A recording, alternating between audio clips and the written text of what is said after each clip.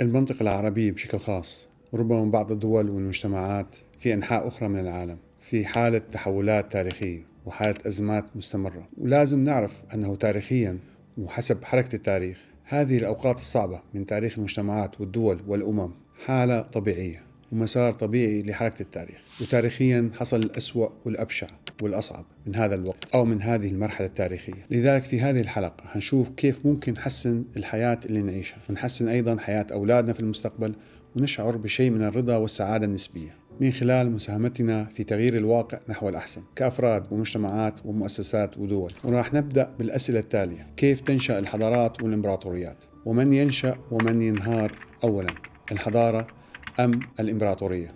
وما هي أهم أسباب انهيار الحضارات والإمبراطوريات؟ وكمثال راح نحكي: هل أمريكا حضارة أم إمبراطورية؟ وهل بدأت بالانهيار أم تتوسع؟ وبدنا نتعلم كيف تنهض الحضارات حتى نغير من وضعنا نحو الأفضل كفرد وكمجتمعات وكأمة. وراح نطرح أسئلة صعبة عن الواقع الحالي وبشكل خاص عربيا، منها: لماذا الحضارة الحالية الغربية ليست سعيدة رغم توافر الغنى والرفاهية، طيارات وسيارات وبيوت وتقدم تقني؟ ولماذا تعاني الحضارة الغربية من التوتر والكآبة والشعبوية والعنصرية خاصة بالفترة الأخيرة، وتراجع القيم الإنسانية المتفق عليها في التاريخ الإنساني؟ ومن جهة أخرى، أين الحضارة الإسلامية بالمنطقة العربية؟ وما سبب هذا الواقع السيء المتخلف حضاريا للأفراد والمجتمعات والدول العربية والإسلامية؟ وبحالة مشابهة في أفريقيا وأمريكا الجنوبية والهند وروسيا وبلاد فارس. طبعا تختلف الحالات بين حالة وأخرى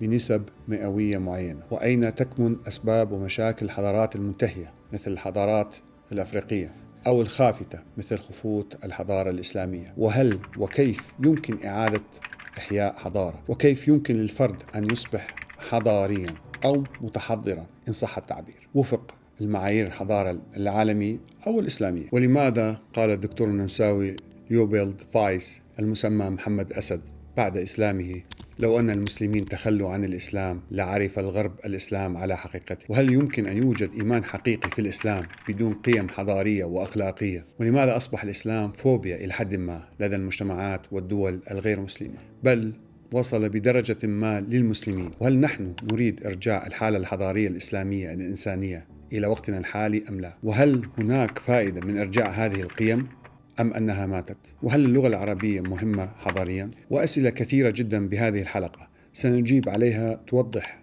إن شاء الله ما هي الحالة الحضارية الإيجابية إلك كشخص وكمجتمع وكدولة، وربما تريحك من كثير من توترك وتساؤلاتك عن التخلف الحضاري الحالي والشعور النسبي والجزئي بالضياع وفقدان الأمل. رح نجاوب على سؤال: ما هي الحياة المدنية وقيمها ومبادئها وعلاقتها بالحضارة؟ ولماذا قسم من أفراد مجتمعاتنا يتبنى الأفكار والمفاهيم المتطرفة الشاذة الغربية اللا منطقية للحضارة الغربية، ونراهم جزئيا أو نسبيا يزدادون بين أفراد مجتمعاتنا؟ هذه الحلقة موجهة لهذه المنطقة المضطربة من العالم، للعرب وغير العرب، مسلمين وغير مسلمين، متدينين وغير متدينين، ولكل الطوائف والقوميات بالمنطقة التي تتكلم اللغة العربية. فهذه الحلقة راح تكون شاملة للجميع، ونحاول نضع حلول لأغلب المشاكل الموجودة في المنطقة. طبعا التركيز والنقد الرئيسي والكلام موجه للأغلبية المسلمة الموجودة بالمنطقة. لذلك أنا أعتبر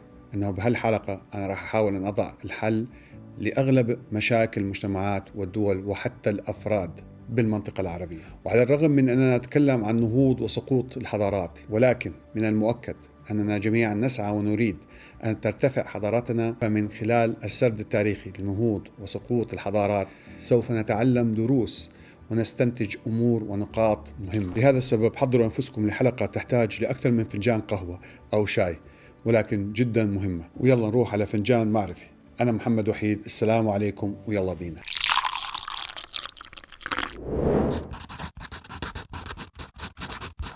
بالبداية، ما الفرق بين الإمبراطورية والحضارة؟ ليست كل إمبراطورية هي حضارة، لأن بعض الإمبراطوريات مثل الإمبراطورية المغولية كانت تعتمد على قوة الجيوش والسلاح والسيطرة، ولكن لم يكن لديها فكر وفلسفة وثقافة حضارية متكاملة خاصة بها. الآن نيجي على تعريف الحضارة. فالحضارة هي نظام اجتماعي وثقافي يتضمن مجموعة من القيم والتقاليد والعادات، والتطورات العلمية والفكرية والخبرات المتراكمة التي تميز مجتمع معين مدى فترة طويلة من الزمن، مثل الحضارة الإسلامية والحضارة الصينية والحضارة اليونانية والحضارة الرومانية. عندنا أيضا الحضارات القديمة الأولى وممكن نرتبها حسب القدم الزمني، مثل الحضارة السومرية بالعراق بسنة 3500 قبل الميلاد، والحضارة الهندية 3300 قبل الميلاد، والحضارة الفرعونية 3100 قبل الميلاد، والحضارة المينوسية اليونانية 3000 قبل الميلاد، وحضارة إبلة السورية 2500 قبل الميلاد، والحضارة الصينية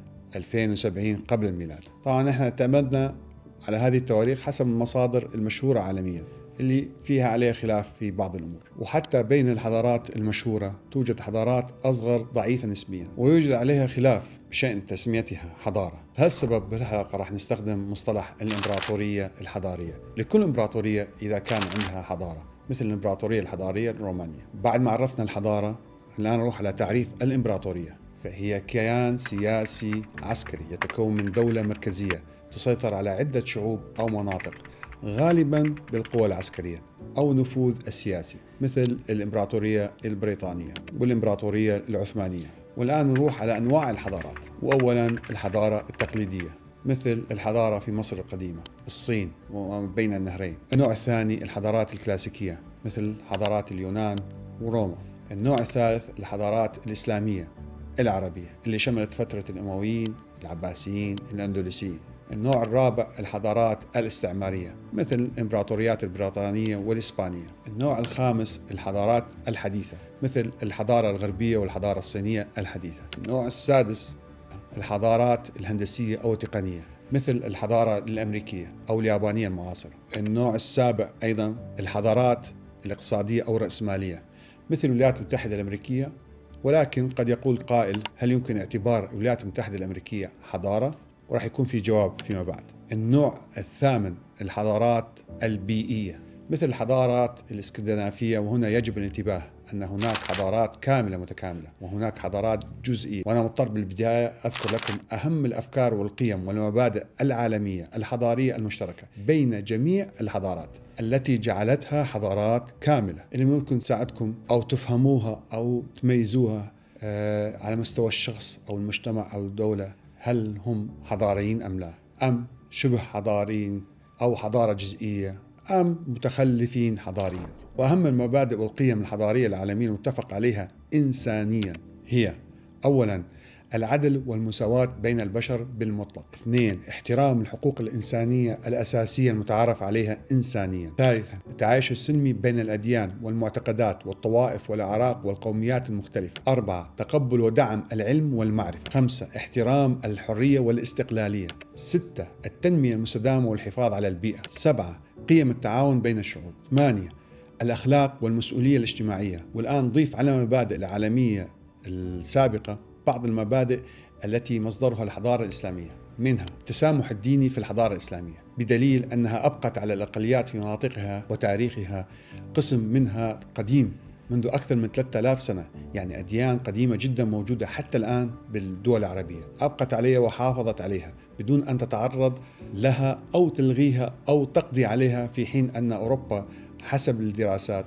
كان فيها في أوروبا حوالي 100 دين، منها الديانة السلتية والديانة الرومانية القديمة والإغريقية القديمة، ولكن تم إبادة كل هذه الديانات 100 ولم يتبقى إلا المسيحية والقليل من اليهود، في حين أن الحضارة الإسلامية أبقت على الكثير من الديانات القديمة لحد هذه اللحظة، مثل الصابئية المندائية، الزرادشتية، المسيحية، اليهودية التي لا تزال موجودة حتى الآن، وأبقت على مئات الثقافات القديمة الموجودة قبل الإسلام لمئات الشعوب حتى التي تحولت إلى الدين الإسلامي. النقطة الثانية تميز بها الحضارة الإسلامية العقلانية والمنهج العلمي. فالعلماء المسلمين اعتمدوا على التجربة والملاحظة والاستدلال العقلي والاستقراء اللي تكلمنا عليه سابقا بحلقة نظرية الكم والأديان. الميزة الثالثة للحضارة الإسلامية الانفتاح على الثقافات الأخرى وترجمتها، كالانفتاح على التراث اليوناني والفارسي والهندي، وتمت ترجمة أعمال أرسطو وأفلاطون. الميزة الرابعة للحضارة الإسلامية الفكر الفلسفي والنقدي وعلم الكلام. فالفلاسفة المسلمين أضافوا رؤى نقدية جديدة مثل ما فعل الفارابي الذي قدم رؤية جديدة للمدينة الفاضلة، وابن رشد الذي انتقد بعض أفكار أرسطو وعلم الكلام للمعتزلة، وهم الفرقة الكلامية العقلانية في الإسلام. فعلم الكلام حاول التوفيق بين الفلسفة والعقيدة، فالفلاسفة المسلمين أثروا بشكل كبير بالفلسفة الأوروبية. مثلا ديكارت الفرنسي تأثر بالغزالي في كتاب المنقذ من الضلال، وروجر بيكون الإنجليزي تأثر بالحسن بن الهيثم في البصريات. الصفة الخامسة للحضارة الإسلامية تكامل العلوم وتعدد التخصصات العلمية. هذا التكامل بابتكار مفاهيم جديدة مثل الجبر في علم الرياضيات الذي أسسه الخوارزمي، والقانون في الطب الذي كتبه ابن سينا. الصفة السادسة للحضارة الإسلامية رعاية الحكام للعلم والعلماء مثل المأمون في العصر العباسي الذي أسس بيت الحكمة وشجع الترجمة والتأليف. الصفة السابعة للحضارة الإسلامية الاهتمام بالمستشفيات والمراصد والمكتبات، فأنشأ العلماء المسلمين المستشفيات كمراكز العلاج والتدريس، والمكتبات مثل دار الحكمة. الصفة الثامنة الإبداع الرياضي والفلكي، فالخوارزمي وضع مبادئ الجبر وأسس النظام العشري الذي نستخدمه الآن اللي هو من 0 إلى 9. الصفة التاسعة الأخلاق العلمية وحفظ التراث والتوثيق، فثقافة التوثيق ازدادت أيام الرسول صلى الله عليه وسلم، أي بعد انتشار الإسلام وخاصة علم الأحاديث النبوية. فالتزم العلماء المسلمين بمبدأ التوثيق العلمي، وتم تدوين التراجم والسير للحفاظ على التراث العلمي الديني، حيث طور العلماء المسلمين ما سبقهم ولم يكتفوا بالنقل، بل كان لديهم إيمان بأن المعرفة تراكمية. وهي النقاط 19 السابقة مذكورة بالأبحاث ودراسات، ولكن يوجد نقطة أعتبرها محورية لاستمرار وديمومة الحضارة، وهي تنبع من فكرة ما هو الهدف من الحياة. لأن هاي الفكرة إذا كانت خاطئة فإن الكثير من النقاط السابقة ستنهار داخل الإنسان الفرد، وبالتالي فكرة الحضارة عند الإنسان والحافز لاستمرار الحضارة راح يختفي. وراح نتكلم فيها بنهاية الحلقة. وبعد ما عددنا مبادئ الحضارة يظهر لنا سؤال: من يبدأ قبل من؟ هل الحضارة تبدأ قبل الإمبراطورية أم الإمبراطورية قبل الحضارة؟ والجواب في أغلب الأحيان تتكون أو يبدأ تكوين الحضارة يأتي قبل الإمبراطورية، لأنه في بعض الأحيان تتشكل إمبراطورية عسكرية مثل الإمبراطورية المغولية في بداياتها، طبعا كانت تعتمد بشكل أساسي على القوة العسكرية، ولكن فيما بعد طورت بعض الجوانب الحضارية التي تسمى بالحضارة البدوية، حيث أنهم لم يشيدوا المدن الكبرى مثل باقي الحضارات، إلا أنهم طوروا نظام سياسي عسكري وإداري فريد أثر في العالم، وتبنوا فيما بعد الحضارة الإسلامية. فالحضارة هي الأساس التي تقوم عليه الإمبراطورية، لأنها تحتوي وتعبر عن التقدم الثقافي والاجتماعي والاقتصادي والعلمي لشعب معين. والآن سؤالنا: كيف تبدأ الحضارات؟ الحضارات تبدأ عادة كمجتمعات مستقرة تمتلك الزراعة، نظام حكم، ثقافة، دين، لغة، ثم تتطور مع الوقت مثل الحضارة المصرية القديمة. مثال آخر الحضارة الرومانية، بدأت كمدينة في روما ذات ثقافة وحضارة متقدمة، ثم توسعت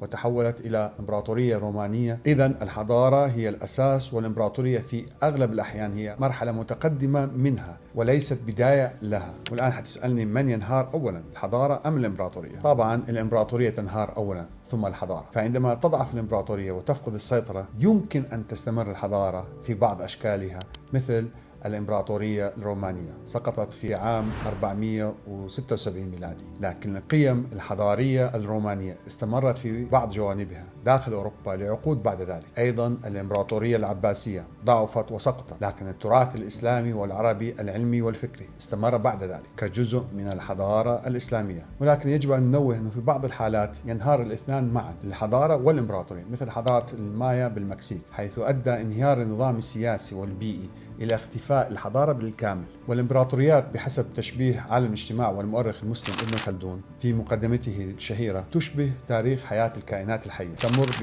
بدورة حياة وهي 5 مراحل رئيسية: التأسيس، التوسع، الذروة، الركود، الانهيار. وسنشرح كل مرحلة بالتفصيل مع كيفية حدوثها وأمثلة تاريخية. أولا مرحلة التأسيس أو نشأة الإمبراطورية، كيف تنشأ الإمبراطورية؟ تنشأ الإمبراطورية عندما تتمكن دولة أو قوة عسكرية سياسية من توسيع نفوذها وسيطرتها على أراضي وشعوب أخرى، سواء عبر القوة العسكرية أو النفوذ الاقتصادي أو التأثير الثقافي. وعندنا أمثلة عن الإمبراطوريات مثل الإمبراطورية المغولية بسنة 1206 ميلادي التي بدأها جنكيز خان بتوحيد القبائل المغولية ونشر الرعب عبر الحملات العسكرية الشرسة في آسيا. والإمبراطورية العثمانية بداياتها بسنة 1299 أسسها عثمان الأول بعدما حشد مجموعة من المحاربين الأتراك وقادهم للتوسع. ثانيا، مرحلة توسع الإمبراطوريات والنمو الاقتصادي، وهاي المرحلة تحدث كالتالي: أولا، استمرار الحروب التوسعية والسيطرة على أراضي جديدة مما يوفر موارد إضافية، مثل ما حصل بالإمبراطورية الحضارية الرومانية من 27 قبل الميلاد إلى 180 ميلادي في عهد الإمبراطوريين أغسطس وتراجان، حيث توسعت حتى شملت بريطانيا والشرق الأوسط. ثانيا، بناء نظام إداري فعال لضمان السيطرة على الأراضي الواسعة. ثالثا، تعزيز الاقتصاد عبر التجارة والضرائب من المناطق المحتلة مثل الإمبراطورية البريطانية 1707 1914 التي غزت الهند وأفريقيا وأجزاء من آسيا عبر الجمع بين القوة العسكرية والاقتصادية. رابعا، ظهور بيروقراطية قوية وإدخال إصلاحات قانونية وتنظيمية كما حصل في فترة الخلافة العباسية 750 إلى 1517 ميلادي لما توسعت الدولة العباسية وتحولت لمركز العالم الإسلامي علميا وتجاريا. الآن نروح على المرحلة الثالثة التي تمر بها الإمبراطوريات، هي مرحلة الذروة، وتحدث كالتالي: بتوافر استقرار سياسي قوي وحكم مركزي فعال وازدهار العلوم والفنون والاقتصاد والتجارة والهيمنة الثقافية العالمية التي يسعى الآخرين لتقليدها، بالإضافة إلى قوة عسكرية كافية لردع أي عدوان. الآن المرحلة الرابعة للإمبراطوريات وهي مرحلة الركود وبداية التراجع الداخلي. هالمرحلة لها أسبابها، وهي أولا فساد في الطبقة الحاكمة، ثانيا تراجع في القوة العسكرية بسبب الرفاهية والكسل، ثالثا زيادة الضرائب مما يرهق الشعب ويؤدي إلى اضطرابات. وأهم الأمثلة على أسباب ركود الإمبراطوريات هي الإمبراطورية الحضارية الرومانية في القرن الثالث الميلادي، لما بدأت المشاكل الداخلية تظهر بسبب الاقتصاد المتهالك والفساد السياسي. وربما لهذا السبب حاول قسطنطين تهدئة أحوال الإمبراطورية، وخاصة بعد ازدياد أعداد المسيحيين في الإمبراطورية. فعلى الرغم من أنه كان وثني، لكنه فجأة قرر اعتناق المسيحية مع عدم ترك الوثنية. طبعا هذه المعلومات حسب أهم المصادر العالمية. وتسبب قرار قسطنطين بتغيير جذري في تاريخ الديانة المسيحية بسبب محاولات دمج العناصر الوثنية بالإمبراطورية الرومانية مع المسيحية. على سبيل المثال، كانت الأشجار دائمة الخضرة تعتبر رمزا للحياة والتجدد في التقاليد الوثنية خلال فترة الانقلاب الشتوي، ومع مرور الزمن تم دمج هذا الرمز في تقاليد عيد الميلاد المسيحي، حيث أصبحت هذه الشجرة شجرة عيد الميلاد ورمزا للأمل والحياة الأبدية. أيضا تم تحديد موعد عيد ميلاد السيد المسيح لأن تاريخ ميلاد السيد المسيح لم يذكر في الأناجيل، ومع ذلك تم تحديد 25 ديسمبر للاحتفال بيوم ميلاد السيد المسيح عليه السلام. حتى أن قسطنطين تدخل في مفهوم الثالوث المقدس، فعقد مجمع اسمه نيقيا الأول للتأكيد على مفهوم الثالوث، كما أنه اعتمد يوم الأحد وهو اليوم الذي كان مخصصا في الوثنية لعبادة الشمس كيوم عطلة للعبادة، لكنه أصبح لاحقا يوم العبادة المسيحي المرتبط بقيامة السيد المسيح. ورغم كل ما سبق لا توجد معلومات مؤكدة حول قناعات قسطنطين الدينية. والآن نذهب للمرحلة الخامسة وهي مرحلة الانهيار والسقوط الحتمي. طبعا هناك انهيار كلي، انهيار جزئي للحضارات أو الإمبراطوريات الحضارية. فالانهيار الكلي يحدث عندما تنهار حضارة بالكامل، مما يؤدي إلى فقدان نظامها السياسي والاجتماعي والاقتصادي دون استمرارية واضحة. أما الانهيار الجزئي يحدث عندما تفقد الحضارة بعض مكوناتها أو تتعرض لأزمة كبيرة، مثل الإمبراطورية الرومانية الغربية التي سقطت، ولكن الحضارة الرومانية استمرت في شرقها كفلسفة نظام الحكم عبر الإمبراطورية البيزنطينية التي كان مقرها اسطنبول حاليا طبعا. وهذا يقودنا إلى السؤال: ما هي أسباب انهيار حضارات والإمبراطوريات؟ ونبدأ بالأسباب المشتركة ونأكد على الأسباب المشتركة بين الحضارات والإمبراطوريات، لأن هناك أسباب غير مشتركة. أولا، ازدياد وانتشار الفساد الإداري والمالي ليتفشى في أنحاء البلاد ويتخطى الطبقة الحاكمة، فينقل البلاد من الركود لمرحلة الانهيار. ثانيا، الأزمات الاقتصادية كتضخم وانخفاض الإنتاج. السبب الثالث، الصراعات والحروب الداخلية والانقسامات. السبب الرابع، التدهور الاجتماعي وانتشار الفقر والظلم يؤدي إلى ثورات داخلية. حسب قول ابن خلدون: العدل إذا دام عمر، والظلم إذا دام دمر. السبب الخامس، فقدان الحكام للشرعية السياسية، مما يؤدي إلى ثورات أو انقلابات، مثل سقوط الإمبراطورية الروسية عام 1917 بعد ثورة فبراير ضد القيصر نيكولا الثاني، ونجاح الثورة البلشفية على يد فلاديمير لينين وليون تروتسكي. السبب السادس المشترك لسقوط الحضارات، انتشار الأوبئة والأمراض في إمبراطورية أو حضارة ما، يؤدي لإضعاف الاقتصاد ويقلل عدد السكان. ضيف عليها التأثير البيئي مثل جفاف 300 عام الذي كان من أهم أسباب انهيار الإمبراطورية الحضارية الأكدية. السبب السابع لانهيار الحضارات والإمبراطوريات اللي هو الاستبداد والقمع، مما يؤدي إلى ثورات وانتفاضات شعبية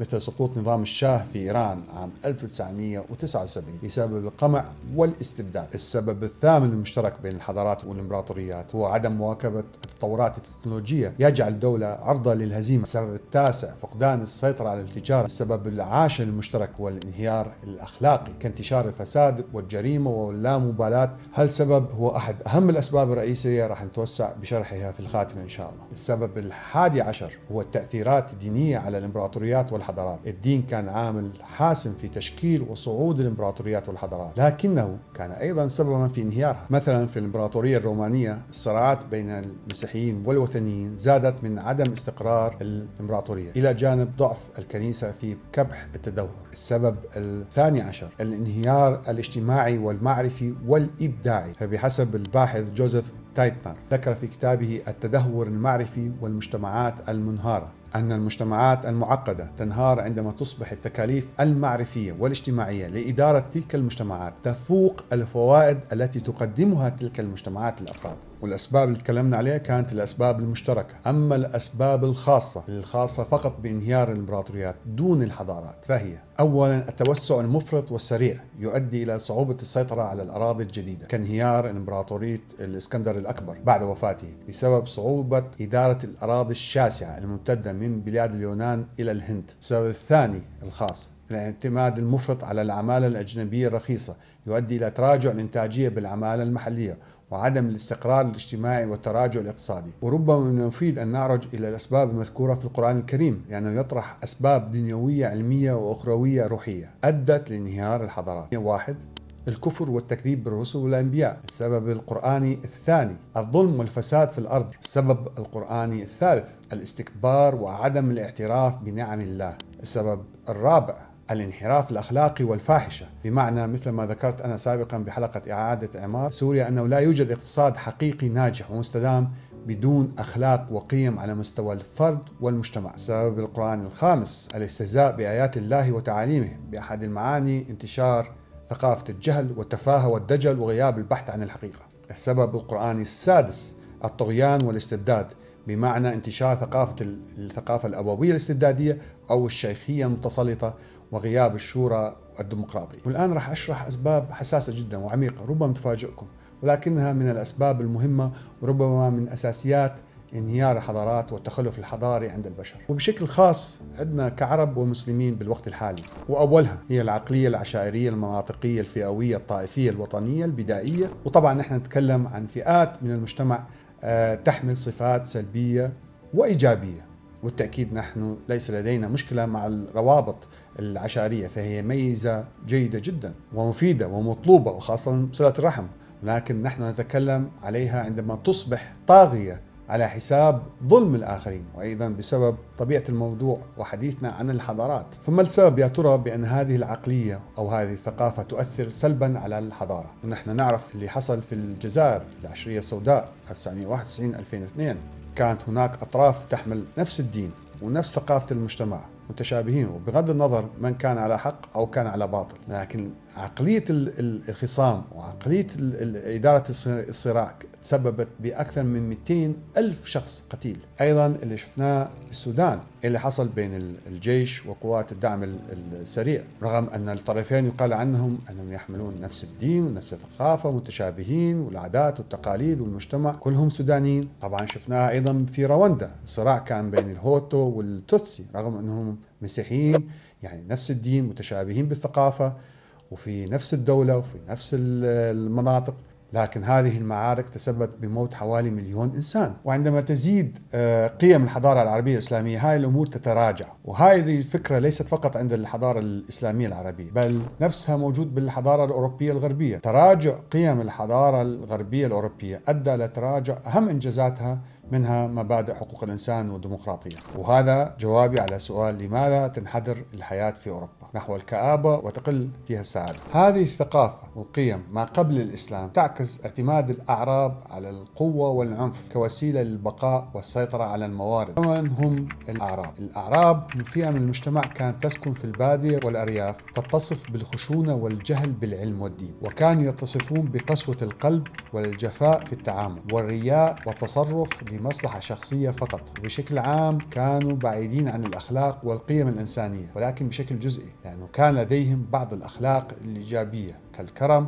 والسخاء والنخوة. ولكن كلمة الأعراب ليست مرتبطة بالعرب فقط، وهي مهمة جدا، وإنما هي صفة موجودة في جميع المجتمعات والدول. يعني ممكن مثلا إنه الصفات هاي تشبه ما موجود برعاة البقر في أمريكا والمكسيك والقوزاق في روسيا، وحتى أيضا تنطبق بصفات معينة على قبائل الجرمان اللي دمروا روما وكانوا يسكنوا بالأراضي الأوروبية التي تعتبر حاليا النمسا وألمانيا وهولندا والدنمارك والنرويج والسويد وبلجيكا. وكل الأمثلة السابقة تعتبر صفات مشابهة للأعراب. راح نحكي بنهاية هذه الحلقة عملية التحول من إنسان ضعيف حضاريا إلى إنسان حضاري متكامل.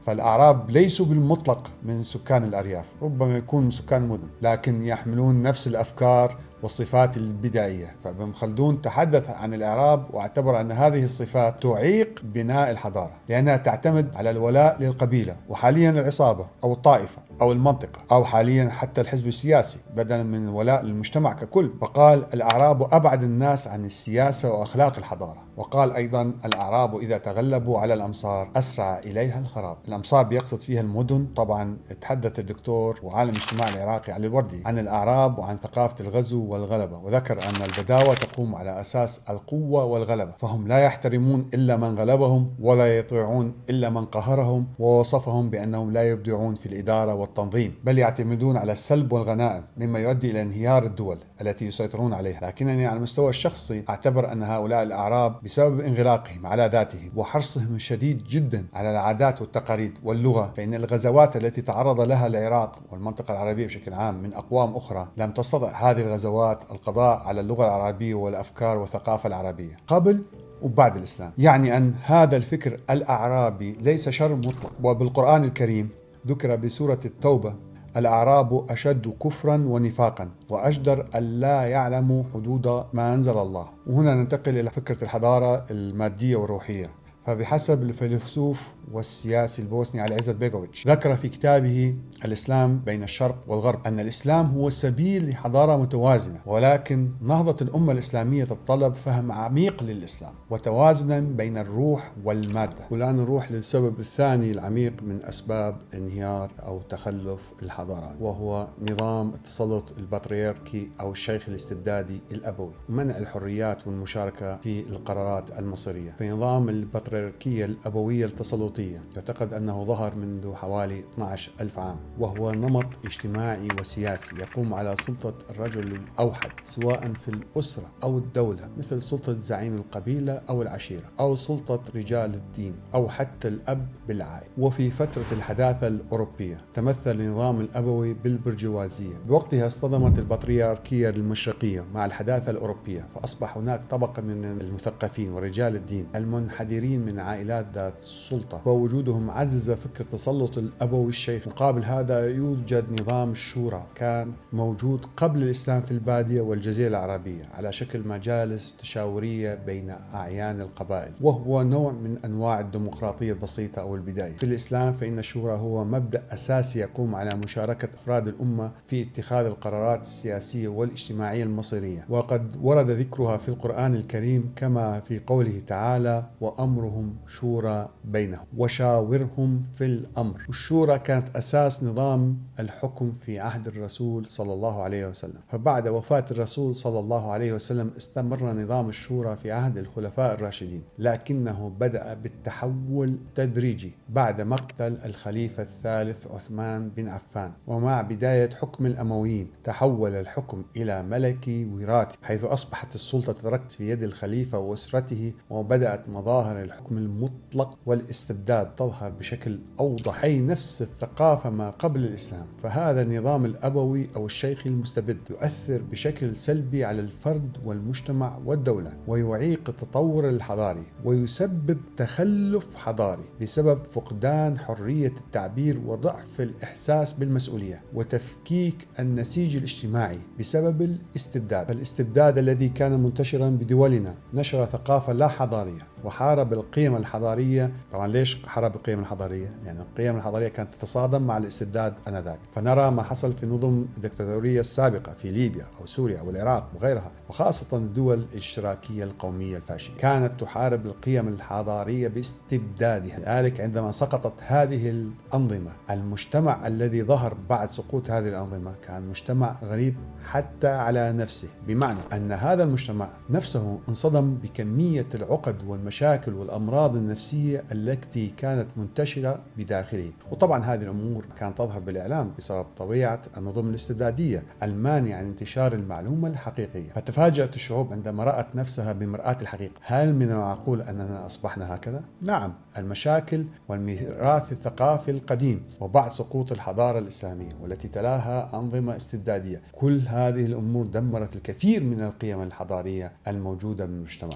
وبالتالي هذه النقطة تجيب على سؤال: لماذا تفاجأت المجتمعات بعد سقوط الأنظمة الاستبدادية بمشاكل اجتماعية ونفسية لم يكونوا يشعرون بوجودها من قبل؟ وهذا ما ذكره الكواكبي عن انحدار أخلاق الشعوب تحت الحكم المستبد، عندما قال: الاستبداد يقلب مفاهيم الأخلاق فيربي النفاق ويقتل الصدق. الاستبداد يفسد العقل حتى يصبح الجبن والكسل طبيعتين في الإنسان. في نفس الوقت مجرد التمرد على الأهل أو القادة أو الدولة أو العشيرة لا يعني سيحل المشكلة ويعزز الحضارة، لا أبدا، بل نحن نريد حالة من التوازن لا تسمح لشخص أو مجموعة تتمرد لمجرد التمرد، أو أنها تعاني من مشاكل فكرية أو نفسية تؤدي أو تساهم في هدم المجتمع والدولة، لأنه نحن بحاجة لحالة لا يوجد فيها تصادم لا منطقي أو لا أخلاقي مع العائلة أو المجتمع أو الدولة. السبب الثالث العميق لانهيار وتخلف الحضارات هو التطرف في النظرة إلى المفكرين والقادة في المجتمع، إما بتقديسهم كأشخاص أو على الجهة الأخرى تجاهلهم واحتقارهم وإن كانوا يحملون معاني وأفكار حضارية وربما إصلاحية إيجابية، ومن جهة أخرى تقديس أشخاص وحتى وإن كانوا يحملون أفكار رجعية غير حضارية أو سلبية. فعقلية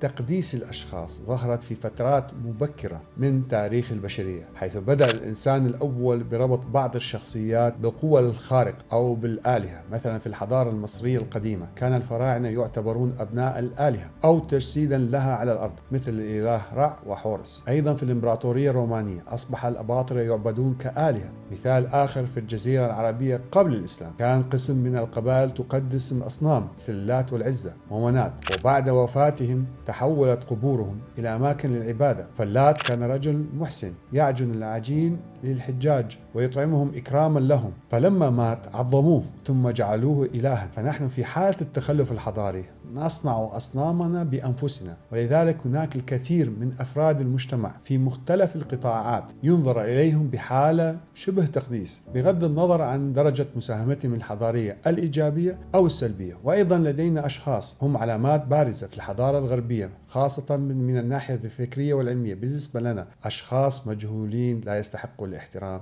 إلا في حالات محددة وقصيرة جدا. فنحن في بعض الأحيان نقدس، ربما إن لم يكن تقديس كلي ربما يكون تقديس جزئي، بعض الأشخاص من أعيان المجتمع أو الفنانين أو المشهورين أو حتى أصحاب القبور بدون التفكير بحجم مساهمتهم الحضارية الإيجابية أو السلبية. وهذا الشيء شكل من أشكال التخلف الحضاري وصناعة الأصنام. فالإسلام جاء ليصحح هذا المفهوم ورفض تقديس البشر حتى لو كان الشخص هو النبي نفسه. فقد قال الرسول صلى الله عليه وسلم: لا تطروني كما أطرت النصارى ابن مريم، إنما أنا عبد فقولوا عبد الله ورسوله. طبعا الآن التقديس الجزئي موجود عند المسلمين كثقافة وتقاليد بسبب تراجع قيم الحضارة الإسلامية أمام القيم البدائية ما قبل الإسلام. الآن سننتقل إلى أسباب انهيار الحضارة الإسلامية وتأخر رجوعها لحد الآن. طبعا هذا الانهيار جزئي. السبب الأول غياب التفكير النقدي العلمي الأخلاقي في المجتمعات المسلمة والثقافات العربية. ونقد الذات في الإسلام أو إعادة تقييم الذات يشابه التوبة والمحاسبة الشخصية، حيث يراجع الإنسان أفعاله ويصحح أخطاءه ويتوب إلى الله إذا وقع في المعصية. ودليلها موجود بالآية: إن الله يحب التوابين ويحب المتطهرين. وأيضا في الآية: ووهبنا لداود سليمان نعم العبد إنه أواب. وأواب يعني يرجع إلى الله بعد الوقوع في الخطأ ويتوب إليه ويعترف بذنوبه. وبالتالي فإن التفكير النقدي مهم جدا في بناء الحضارة. وغياب النقد الذات أو النقد بشكل عام سيؤثر سلبا على استمرارية الحضارة ويساهم بسقوطها من خلال الركود الفكري وضعف المساءلة وتراكم الأخطاء والتأثير على الأخلاق والقيم. طبعا يعترض البعض ويقول إن التفكير النقدي في الإسلام غير مسموح، وهي فكرة مصدرها ضعف الحجة وعدم الثقة الذاتية الكافية في من يقولها. فلو كانت لديه الحجة الموضوعية المنطقية لما خاف من النقد، بل لزاده النقد صحة وقوة. وطبعا نحن لا نتكلم على النقد السلبي القدح أو التجريح الذي يتضمن هجوما على الشخص وليس على الفكرة. فمن وجهة نظر الإمام الغزالي إذا كان النقد مصحوبا بالتحقير والإهانة يتحول إلى تجريح وغيبة، وهو أمر محرم. أما النقد الإيجابي النصيحة أو التقويم فتحدث عنها الإمام الغزالي في كتابه إحياء علوم الدين وقال: النصيحة في الدين هي الدعامة الأساسية للإصلاح، ولكنها لا تؤتي ثمارها إلا إذا خلت من الحسد والعدوان. والآن قبل أن ننتقل للحديث عن ما يقال عن بدء انهيار الإمبراطورية الأمريكية، هتسألني: هل يمكن اعتبار الولايات المتحدة الأمريكية حضارة أم إمبراطورية حضارية؟ وركز معي، الفكرة مهمة. لا يمكن اعتبار أمريكا حضارة مستقلة لكونها جزء من الحضارة الغربية التي تمتد جذورها إلى أوروبا، اليونان، روما، العصور المظلمة، والحضارة الإسلامية أيضا. الثورة الصناعية أساسها العلمي والفلسفي من الحضارة الإسلامية مثل علوم الجبر والطب والفلسفة. طيب ما هو السبب أنها ليست حضارة منفصلة؟ أولا الديمقراطية الأمريكية مستوحاة من الديمقراطية الأوروبية المأخوذة من الحضارة اليونانية القديمة. ثانيا قوانينها وأساساتها تستند إلى الأنظمة البريطانية والفرنسية. ثالثا لم تقدم نموذج فكري أو ثقافي منفصل، متطور في بعض أجزائه لكن غير منفصل. رابعا عمرها أقل من 250 سنة، بينما الحضارات الكبرى مثل الصينية أو الإسلامية أو المصرية امتدت لآلاف السنين. وهنا أتكلم عن الحضارة وليس الإمبراطورية. خامسا الآباء المؤسسين الأوائل استلهموا قوانينهم من عدة مصادر دينية وفلسفية مثل القانون الأمريكي المأخوذ عن القانون الإنجليزي العام، والقانون الروماني اللي ساهم ببناء الهيكل القانوني الأمريكي. أيضا استنبطوا من الحضارة الإسلامية بعض المبادئ مثل العقود التجارية وحماية الحقوق والمساواة أمام القانون، كانت قريبة جدا من القوانين الإسلامية. طبعا الآباء المؤسسين للولايات المتحدة الأمريكية استفادوا من القرآن الكريم والإسلام مثل توماس جيفرسون بعام 1765 امتلك نسخة من القرآن الكريم اشتراها أثناء دراسته للقانون واستخدمها كجزء من دفاعه عن حرية الدين في الولايات المتحدة الأمريكية. وكان أول رئيس أمريكي يستضيف إفطارا رسميا لشخص مسلم اللي كان آنذاك آنذاك سفير تونس بوقته. وبالتالي أمريكا ليست حضارة منفصلة، ولكنها إمبراطورية مميزة ومختلفة عن جميع الإمبراطوريات اللي كانت في التاريخ، لأن النظام السياسي الأمريكي تمتع بالعديد من الميزات التي تجعله أحد أقوى الأنظمة في العالم. والآباء المؤسسون للولايات المتحدة الأمريكية كانوا حذرين، فصمموا نظام سياسي يضمن حقوق الفردية ودستور أمريكي مرن يحتوي على آليات للتكيف مع التغيرات المستقبلية. ومن أهم ميزات الإمبراطورية الأمريكية أولا الفصل بين السلطات، ثانيا الحكومة الفيدرالية التي تسمح بتوزيع السلطة بين الحكومة الفيدرالية والحكومات المحلية. هذه الهيكلية توفر التوازن بين المركزية واللامركزية. ثالثا الدستور الأمريكي المرن الذي يسمح بتعديلاته حسب الظروف والتحديات. فالولايات المتحدة الأمريكية هي أكبر اقتصاد عالمي، والناتج المحلي الإجمالي GDP أكثر من حوالي 30 تريليون دولار، وأكبر سوق مالي في العالم من حيث حجم التداول والقيمة السوقية. لكن ما هي التوقعات المستقبلية اللي ممكن نستنبطها من أهم المفكرين والفلاسفة في العالم لأمريكا والصين والهند وأفريقيا وحتى المسلمين؟ بالنسبة لأمريكا توقع بعض المفكرين مثل نعوم تشومسكي أن أمريكا لن تنهار تماما، لكنها لن تكون القوة المطلقة كما في القرن العشرين، قد تتحول إلى قوة عظمى ضمن عالم متعدد الأقطاب. أما الصين يراهن عليها بعض المفكرين مثل مارتن جاك وأليسون غراهام أنها في مرحلة الصعود المستمر نحو الهيمنة. بحسب توقعات المفكرين فإن الصين ستصبح قوة عظمى، لكنها قد لا تتمكن من تجاوز أمريكا بسهولة. كما أن التحديات الداخلية والخارجية داخل الصين قد تجعل صعودها أبطأ مما يتوقع البعض. أما بالنسبة للمسلمين من المتوقع إحياء قوة إسلامية جديدة، وبحسب بعض المفكرين مثل مهاتير محمد وأنور إبراهيم قد نشهد تحالفات إسلامية إقليمية بدلا من إمبراطورية واحدة. وإذا تم حل المشاكل السياسية والاقتصادية قد يصبح العالم الإسلامي لاعبا اقتصاديا وثقافيا عالميا. والآن خلينا نشوف بعض آراء الكتاب والمؤرخين والفلاسفة حول موضوع انهيار الإمبراطوريات والقوى العظمى، حتى يصير عندنا رؤية كاملة وشاملة عن الموضوع ونتمكن من مقارنتها مع وضع الولايات المتحدة الأمريكية الحالي. بحسب المؤرخ البريطاني إدوارد جيبون يذكر بكتابه اضمحلال وسقوط الإمبراطورية الرومانية أن الإمبراطوريات لا تنهار بسبب الأعداء الخارجيين فقط، بل بسبب الفساد الداخلي وفقدان الفضيلة. المؤرخ أرنولد توينبي يرى بنظرية التحدي والاستجابة أن الإمبراطوريات تنهار عندما تفشل في التجديد والتكيف مع الأزمات. وطبعا انهيار الحضارة الغربية موضوع طويل سنقوم بالتحدث عنه بحلقة منفصلة إن شاء الله. أما رأي ابن خلدون فهو يرى أن انهيار الحضارات يحدث بسبب تحول المجتمع من القوة إلى الضعف، ومن الشجاعة إلى الترف، ومن التضامن إلى الفردية، وانتشار الظلم وقمع الحريات. فحين يسود الظلم في الدولة ينهار الاقتصاد ويفقد الناس ولاءهم للحكام، مما يسرع بسقوطه. ويقول إذا كثرت الجباية أشرفت الدورة على النهاية. وهنا نطرح سؤال مهم: عند نهوض الإمبراطوريات كم سنة قد تستمر في مرحلة النهوض قبل أن تبدأ بالانهيار؟ الجواب أن المؤرخين وعلماء الاجتماع قسموا الإمبراطوريات إلى الإمبراطوريات قصيرة العمر 50 إلى 150 سنة، الإمبراطوريات متوسطة العمر 200 إلى 500 سنة، الإمبراطوريات طويلة العمر أكثر من 1000 سنة. مثلا الإمبراطورية العباسية استمرت 508 سنوات، ولكن مدة نهوضها وذروة القوة كانت في حوالي 100 سنة. فبعد سنة 850 ميلادي كانت الإمبراطورية العباسية موجودة، ولكنها كانت قد ضعفت وبمرحلة انهيار. مثال آخر الإمبراطورية الرومانية استمرت حوالي 503 سنة، ولكن مدة نهضتها حوالي 207 سنة فقط. أما الإمبراطورية العثمانية استمرت حوالي 623 سنة، وبقيت بمرحلة النهضة والقوة حوالي 113 سنة. عندنا أيضا الإمبراطورية أو الدولة الأموية استمرت 89 سنة، ومدة نهضتها وقوتها كانت حوالي 59 سنة. والآن إذا أسقطنا الأسباب السابقة مع آراء المؤرخين لانهيار الإمبراطوريات والدول العظمى على الواقع السياسي والاقتصادي والأخلاقي والاستراتيجي للولايات المتحدة الأمريكية، هل سنتمكن من تحديد المرحلة التي وصلت إليها الولايات المتحدة الأمريكية؟ أولا من الناحية السياسية الولايات المتحدة الأمريكية، أولا الانقسام السياسي الداخلي الحاد بين الحزبين الديمقراطي والجمهوري وتأثيره على صنع القرارات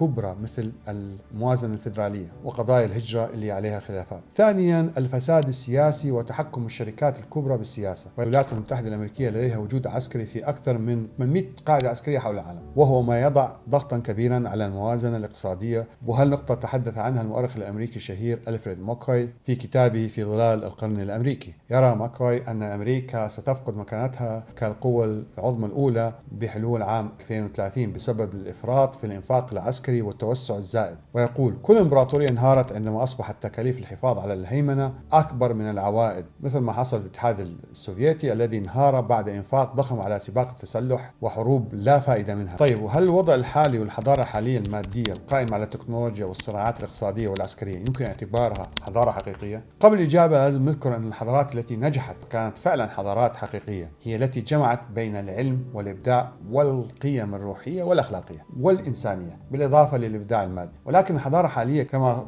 وصفها الفيلسوف الألماني فريدريك نيتشه انتقد الحضارة الغربية الحالية المادية وقال أنها تؤدي لانحدار الإنسان، فقدانه لمعنى الحياة الحقيقي. فخلينا نشوف إيش وضع حضارتنا الحالية بالبداية. أولا، التركيز المفرط على المادة والتكنولوجيا قد يؤدي إلى إهمال الجوانب الروحية والإنسانية، مما قد يخلق مجتمعات تعاني من الفراغ الوجودي والتفكك الاجتماعي وعدم وجود الهدف من الحياة والنزعات الانتهازية والأنانية الذاتية حتى لو كانت على حساب الآخرين وأقرب القريبين، وغياب السلام الداخلي رغم الوفرة المادية.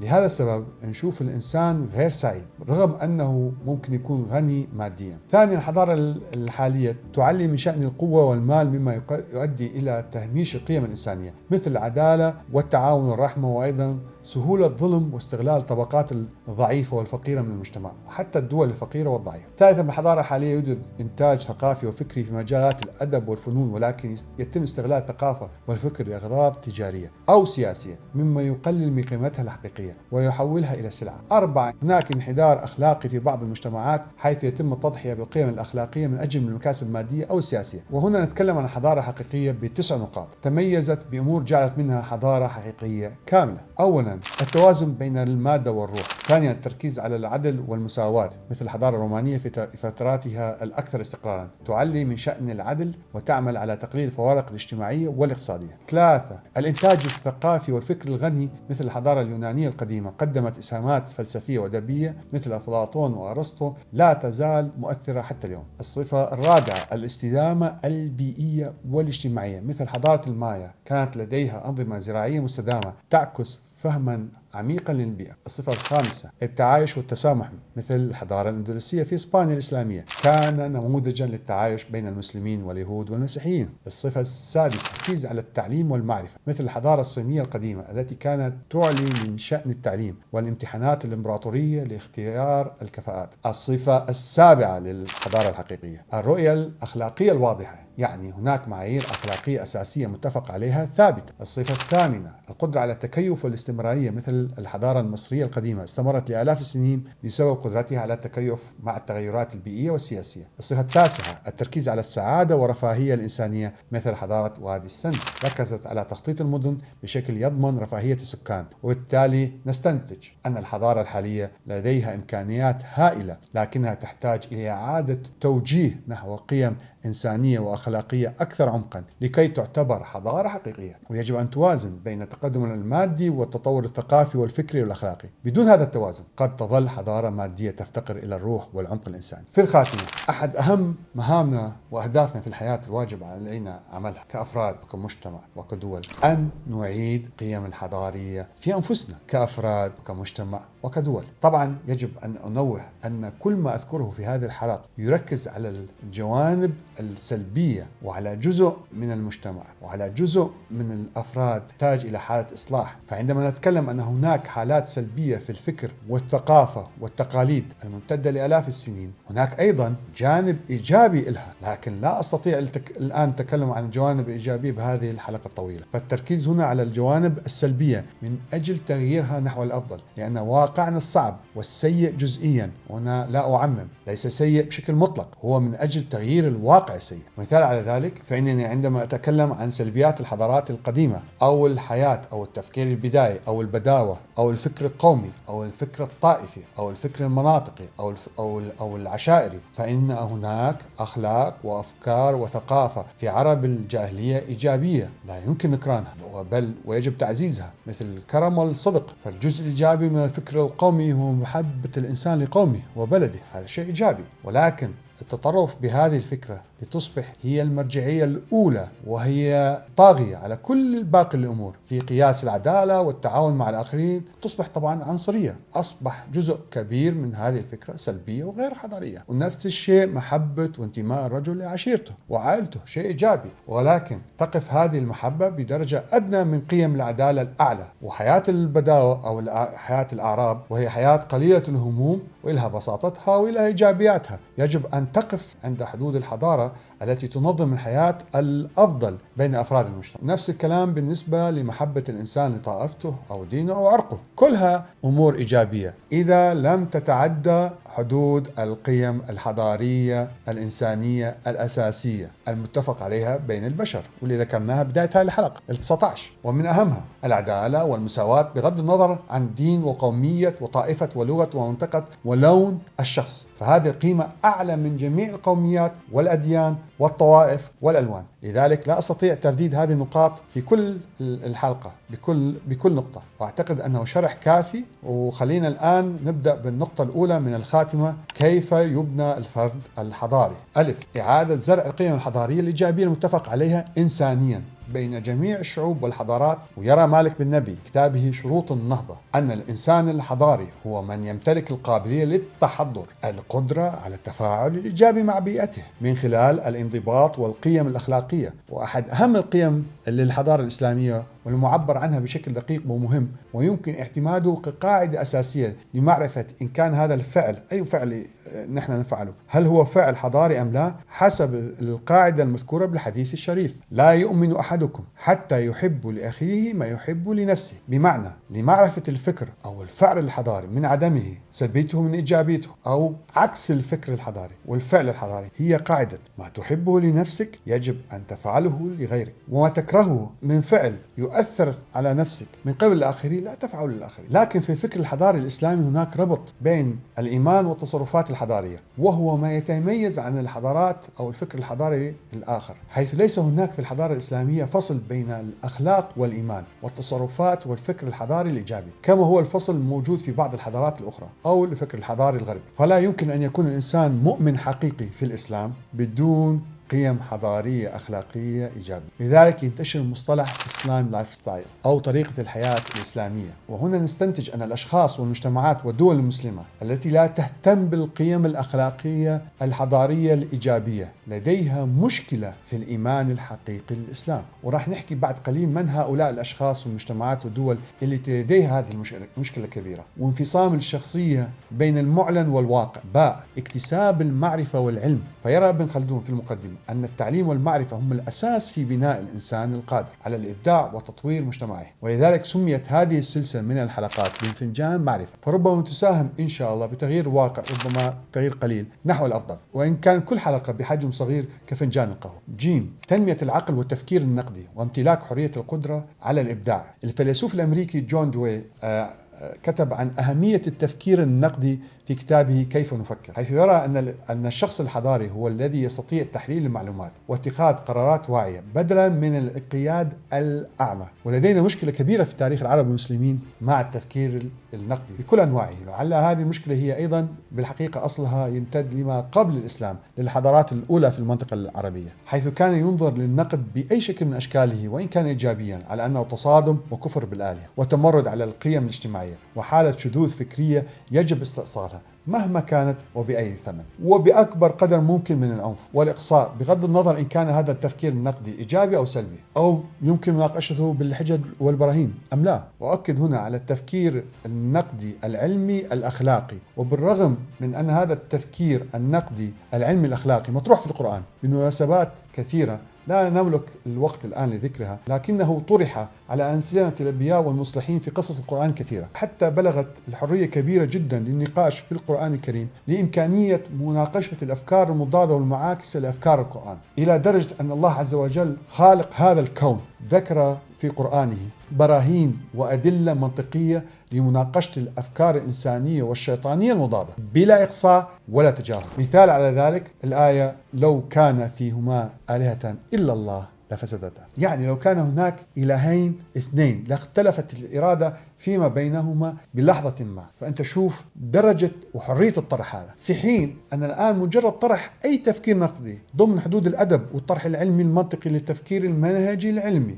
الأخلاقي، مجرد أي طرح نقدي لشخص حي أو ميت أو مؤسسة ما أو عادات مجتمعية أو طرح نقدي لقيم ما متعلقة بطائفة أو قومية أو دين أو ثقافة أو حتى عادات وتقاليد، يعرض الشخص صاحب التفكير النقدي العلمي المنضبط الأخلاقي ربما للأذية وحتى ربما للقتل. وهذه أحد أهم الإشارات والصفات للمجتمعات المتخلفة الغير حضارية، والتي يعاني منها الآن المجتمع المسلم بدرجة ما، وحتى المجتمعات الغير مسلمة في الفترة الأخيرة، يعني حتى المجتمعات الغربية وإن كانت متطورة نسبيا لكنها سائرة نحو الانهيار الحضاري. أصبحت هذه المجتمعات تؤذي الشخص لمجرد طرح الأفكار لا تتوافق مع ثقافتها أو إعلامها، وطبعا هذا دليل على الانحدار الحضاري نحو الأسوأ في المجتمعات الغربية. واحد أهم التحديات المجتمعات الإنسانية الآن وبشكل عام للمجتمعات والأفراد والدول المسلمة اللي تتفوق فيها قيمة العادات والتقاليد على القيم الحضارية الإسلامية وطريقة التفكير الطائفية والمناطقية والعشائرية والوطنية والبداوة الإعرابية السلبية، تتفوق فيها بغض النظر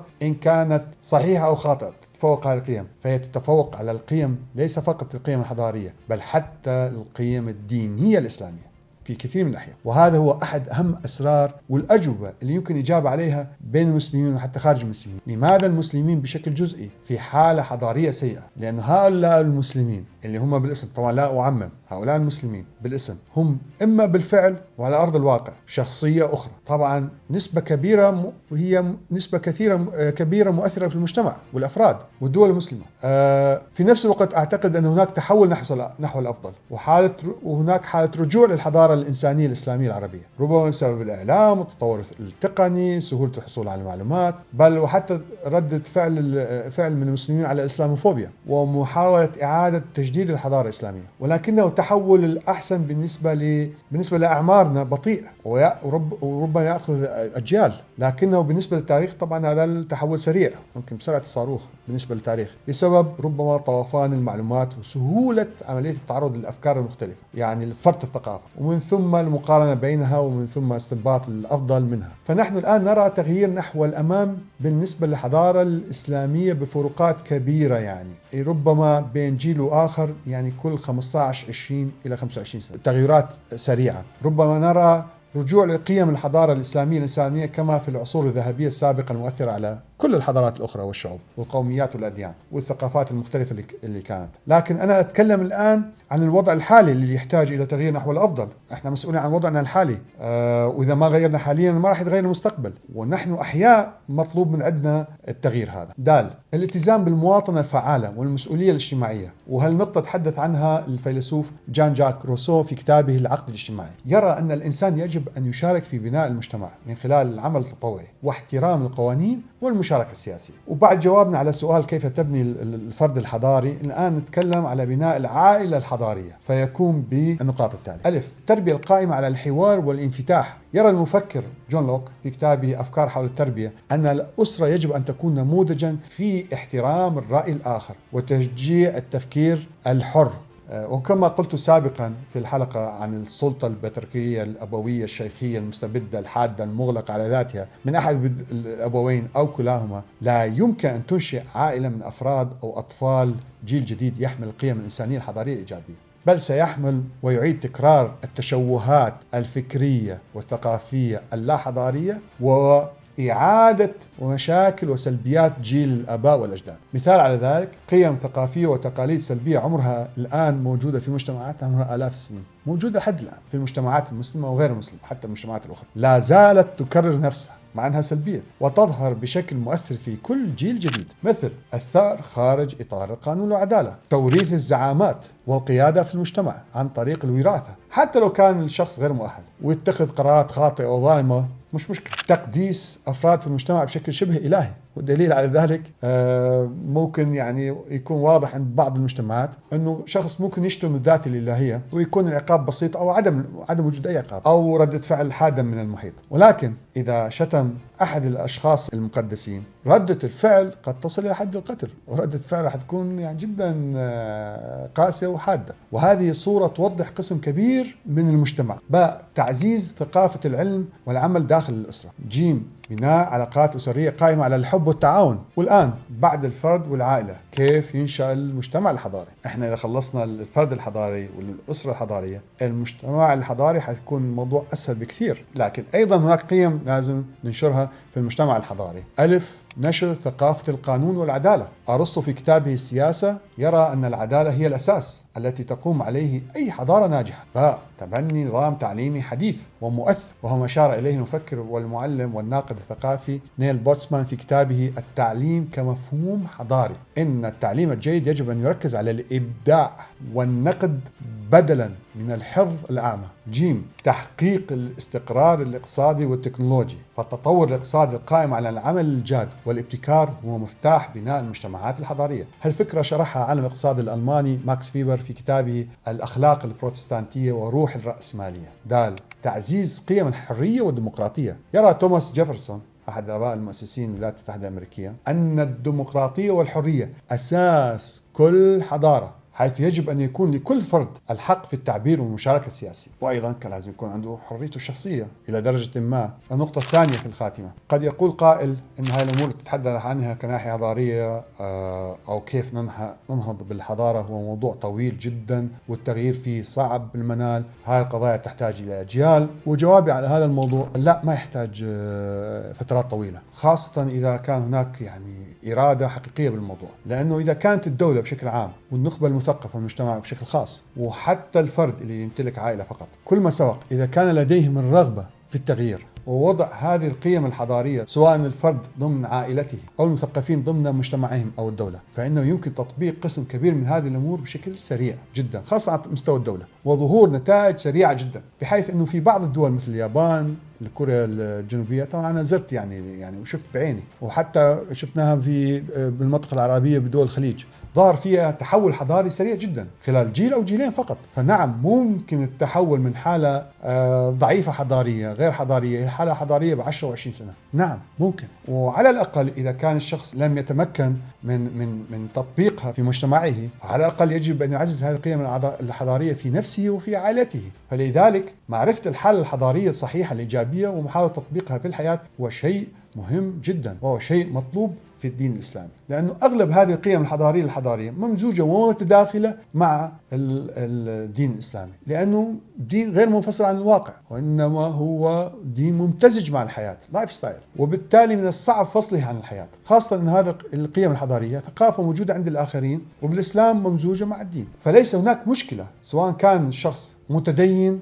أم لا، ممكن هذا الشخص متدين غير متدين أن يحمل أغلب هذه القيم الإنسانية ال 19 واللي بداياتها ما لها علاقة مباشرة مع الدين. في موضوع أيضا حابب ننوه عليه، أنه في بعض الأحيان أثناء نقاشاتي مع بعض الناس الشعبويين اللي عندهم نظرة تعظيم وتضخيم لذاتهم أو لطائفتهم أو قوميتهم، أنا بسألهم سؤال واحد ربما يكون بسيط، وهذا يعني ناتج عن تجربتي في الحياة والدول اللي زرتها، ولكن يعبر عن درجة المستوى الحضاري لهم. أنه هل تمتلكون رصيف حقيقي في بلدكم؟ مجرد رصيف للمشاة متواصل نظيف قابل للمشي يغطي القرى والمدن؟ هذا سؤال بسيط. أو سؤال ثاني، هل لديكم نظام عدالة اجتماعية وحرية شخصية متطور داخل بيئتكم اللي أنتم تعظموها؟ أو يعتقدون أنها الأفضل من بين الطوائف والقوميات والأعشار والدول الأخرى لأنه على الأغلب التطرف وتعظيم هذه الأمور بأكبر من حجمها من الأمور الطائفية، المناطقية، العنصرية، العشائرية، الوطنية، لا تتوقف عند حدود القومية الواحدة أو الطائفة الواحدة أو المكون العرقي الواحد، بل تتمدد داخل هذه المكونات لتصل إلى أجزاء أخرى. شوف نفسها أعظم داخل المكونات على المكونات، يعني الأجزاء الأخرى من داخل المكون الواحد، وهاي الأجزاء تعظم نفسها وتصل إلى أجزاء أقل، تصل إلى عائلة أو مجموعة صغيرة، وأيضا تعظم نفسها ولا تقف عندها حتى العائلة، بل تصل إلى شخص واحد يمتلك كل هاي الصفات المزعومة المثالية الإلهية المعظمة جدا. وباقي الأمور أنا أترك الفهم. النقطة الثالثة في الخاتمة: انهيار وعدم التزامنا بحضارتنا الإسلامية مش بس يخلينا نظهر أمام الحضارات والشعوب الأخرى سيئين ومتخلفين وبشكل يسيء لثقافتنا وتاريخنا وديننا وشكلنا أمامهم، لا، بل أنه يسيء ويؤثر بشكل سلبي حتى ما في داخل أنفسنا وبداخل المجتمعات وشبابنا وأجيالنا الحديثة، وتخليهم يبتعدوا عن القيم الحضارية والدينية الإسلامية ويروحوا باتجاه قيم غربية أثبتت فشلها تاريخيا طبعا على الأقل آخر 50 سنة. وهذا الجواب السؤال على لماذا قسم من أفراد مجتمعاتنا يتبنى الأفكار والمفاهيم المتطرفة الشاذة للحضارة الغربية، مثل تشبههم بالحركات والثقافات المتطرفة الغربية من طريقة لبس، كلام، تفكير، النظرة للجنس، الشذوذ. فنحن لا نظهر فقط بشكل سيء أمام الآخرين، بل نظهر أيضا بشكل سيء أمام أنفسنا وأمام عوائلنا وأطفالنا وأزواجنا وزوجاتنا. وبناء على ذلك، لأنه هنا أكثر من شخصية صارت، فإن الكثير من الأمراض الفكرية والاجتماعية تظهر عندنا في بلادنا العربية المسلمة وغير المسلمة نتيجة انتكاسة وتراجع الحالة الحضارية، القيم الحضارية عندنا كمسلمين وكعرب وحتى غير المسلمين العرب. ملاحظة مهمة: العرب الذي يتكونون من قوميات وأعراق وأديان وشعوب متنوعة يشتركون بلغة واحدة،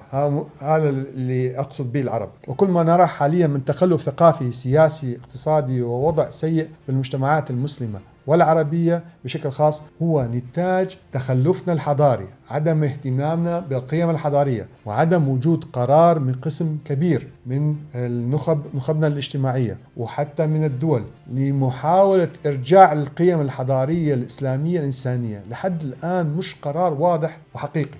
وطبعا نحن ننتج الفشل في كثير من الأمور، الفشل بأنواع مختلفة بسبب هذا الانحدار الحضاري: فشل سياسي، فشل اجتماعي، زواج فاشل، شراكات تجارية فاشلة، ضعف التربية، ضعف التعليم وتخلفه، ضعف الإنتاجية، رداءة نوعية العمل، غياب الاحترافية، عدم القدرة على الانطلاقة الذاتية نحو التقدم والازدهار إلا بدول محددة وبحالات خاصة جدا نتيجة لوفرة بالموارد الطبيعية. أضف إلى ذلك سمعتنا العالمية بين الشعوب في كثير من النواحي مشهورة بالتخلف والانحدار إلى حد ما. طبعا هذا الشيء نتكلم عليه بشكل نسبي لأنه باقي الشعوب في العالم بحالة انحدار حضاري أيضا، وأهم الغرب وأمريكا، فهي بحالة انحدار في كثير من الأمور أسوأ من عندنا، خاصة من الناحية الأخلاقية. هم تجاوزونا بمراحل من الانحدار الأخلاقي الشخصي والعائلي، لكن نحن نتكلم عن الحالة الحضارية الإسلامية اللي كانت موجودة وممتدة حوالي 1000 سنة اللي نحن تركناها. وهنا سؤال مهم جدا: هل نحن فعلا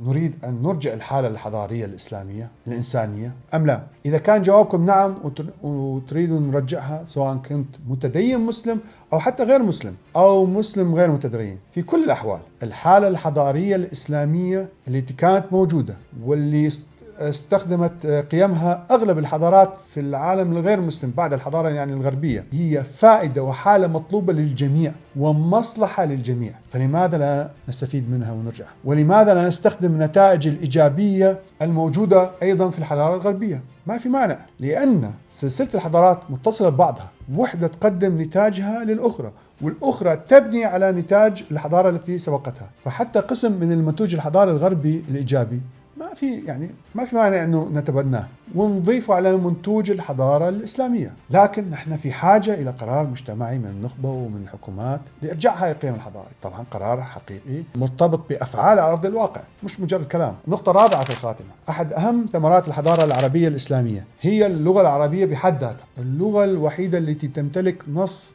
بين أيدينا الآن لم يستطع أحد من البشر مضاهاته أو كتابة شيء مشابه له رغم محاولات متواصلة منذ أكثر من 1400 سنة، وهو القرآن الكريم. هذا النص اللي هو طبعا أحد الأدلة على أنه نص إلهي معجز. وأيضا اللغة العربية تمتلك بحد ذاتها 12 مليون مصطلح مقارنة مثلا باللغة الإنجليزية حوالي 2 مصطلح. طبعا هاي مجرد مقارنة بسيطة وهذا جواب لسؤال في بداية الحلقة: هل اللغة العربية مهمة حضاريا؟ طبعا، لأنه هاي اللغة أحد أهم الإنجازات في الحضارة العربية الإسلامية، وأهميتها أيضا تنبع للمسلمين وغير المسلمين، وهي غير مرتبطة بعرق، لأن المنطقة العربية تتكون من عشرات وربما مئات الأعراق. لذلك يعتبر العربي من يتكلم اللغة العربية، وليس العربي محدد بالجغرافيا وزمن محدد وعرق محدد. وجاء في كتاب الرسالة للإمام الشافعي القول: ليس العربية لأحدكم من أب ولا أم، وإنما هي اللسان، فمن تكلم العربية فهو عربي. فهي يعني ثقافة، زي ما كانوا الأوروبيين مختلف أعراقهم يتكلموا اللاتينية. ولذلك مصطلح القومية العربية كمصطلح خاطئ متناقض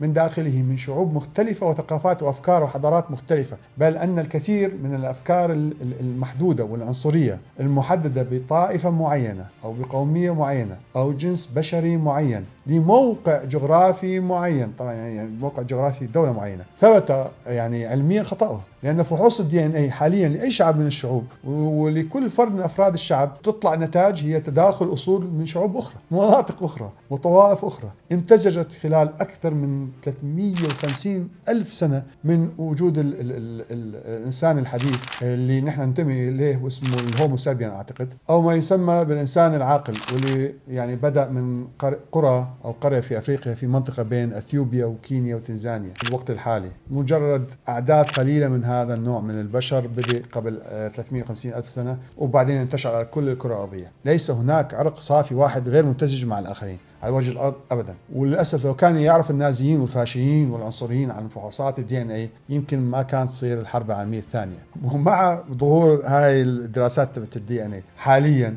ومعرفة الكثيرين من هاي الفحوصات وسهولة عملها، طبعا لا زال الكثيرين من العنصريين في أوروبا وفي آسيا وبعض المناطق الأخرى في العالم، مع أن أي واحد منهم يفحص الدي ان اي كما حصل في بعض التجارب موجودة على اليوتيوب، أنه شخص من قومية وطائفة ما متعصب ضد قومية وطائفة أخرى يظهر في فحص الدي ان اي أنه يحمل جينات الجهة اللي يكرهها ويحارب ضدها. والآن نرجع لنقطة أهمية اللغة العربية. اللغة العربية كمنتوج حضاري شأنها شأن باقي اللغات، لكن اللغة العربية بالتحديد من أهم الأدوات لفهم والتعبير عن الفكر والإحساس البشري، من حيث التعبير دقيق عن تعقيدات وأحاسيس الفكر البشري اللي هو يعني غير موجود بهالمستوى في لغات أخرى. ولذلك هناك مصطلحات في اللغة العربية عميقة لدرجة أن الكلمة الواحدة تحتاج إلى شرحها في لغات أخرى إلى عشرات الجمل. أنا أتكلم هنا بموضوعية غير مؤدلجة، لأن أتكلم أكثر من لغة وواجه وأشعر بهذه الحالة في كثير من الأحيان عندما أريد ترجمة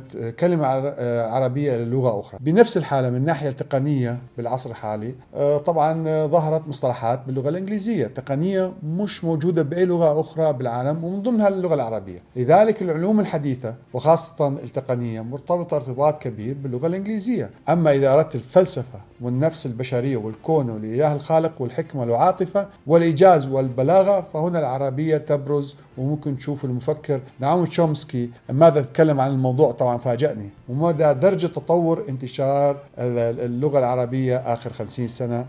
حتى عام 1974 كان عدد المتحدثين اللغة العربية حوالي 150 مليون، عام 2024 وصل عدد المتحدثين 467 مليون. إلى جانب ذلك يوجد لغات أخرى يتوقع لها الانتشار مثل الصينية، وهنا نتكلم عن اللغة ليس فقط ككلمات ومصطلحات وإنما كلغة تستطيع التأثير من حيث طريقة التفكير عند الإنسان، وأيضا لغة لديها طرق تعبيرية تفتح باب حرية التفكير والإبداع والخيال البشري الغير محدود. وأنا هنا بطرح اللغة العربية لأنها أحد الأعمدة الحضارية المستمرة أو الحية وكأنها لغة سحرية، ولذلك ربما اختار الله لتكون اللغة المستخدمة لكتابه المعجز منذ أكثر من 1550 أو 1600 سنة. ومن هنا يظهر عندنا جواب أهمية اللغة العربية في إعادة إحياء الحضارة الإسلامية العربية الإنسانية. النقطة الخامسة في الخاتمة نذهب للسؤال الكبير وهو أيضا جزء من الحضارة الإسلامية العربية الإنسانية. لماذا أصبح الإسلام حالة فوبيا قوية نسبيا ومنتشرة إلى حد ما عند الآخر غير المسلم، بل أيضا منتشرة إلى درجة ما عند بعض المسلمين أنفسهم؟ الأسباب متعددة، ولكن سأركز على السبب المتعلق بنا كمسلمين وكعرب إلى درجة ما. وجواب الدرجة الأولى السبب هم المسلمين أنفسهم. فئة لا بأس فيها من المسلمين،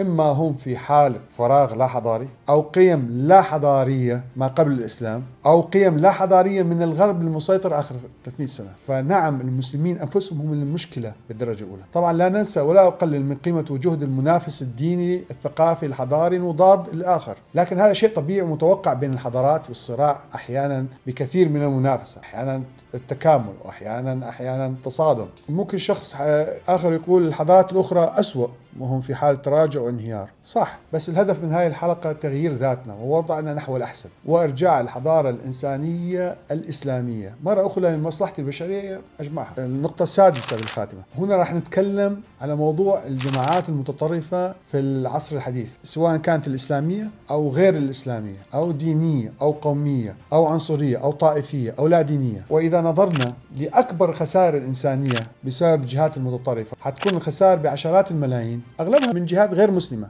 أبدا، ويوجد دلائل على هذا الموضوع، ولكن ما راح أتعمق بالموضوع لأنه تحتاج إلى حلقة خاصة. الحرب العالمية والثانية كانت أكبر دليل. أنا تركيزي راح يكون على الجهات المتطرفة المسلمة جميعها. يعني هذه الجهات المتطرفة تشترك في صفات لا حضارية لا إسلامية لا إنسانية، وحتى وإن كانت تحمل عنوان الإسلام، ولكن هي مثل الحركات المتطرفة الأخرى من أديان وطوائف أخرى. مثال على ذلك جيش الرب، الحركة الهوية المسيحية الكريستيان ايدنتيتي موفمنت، المرتبطة مع حركات أخرى في أمريكا مثل الكوكلس كلان، الأمم الآريين أريان نيشن، حركة الخمير الحمر، الشيوعية المتطرفة، حركة 969 البوذية المتطرفة، حركة بيجيدا الألمانية. طبعا هذه الحركات المتطرفة تشترك كلها في صفات: أولا إنها ردة فعل وغضب على وضع سياسي أو اجتماعي سيء مملوء بالظلم، وهي تريد مواجهة الظلم بالظلم، والقوة بقوة أخرى بلا مبادئ، مثل أن يقوم مثلا شرطا بقتل جميع المجرمين عند القبض عليهم بلا محاكمة.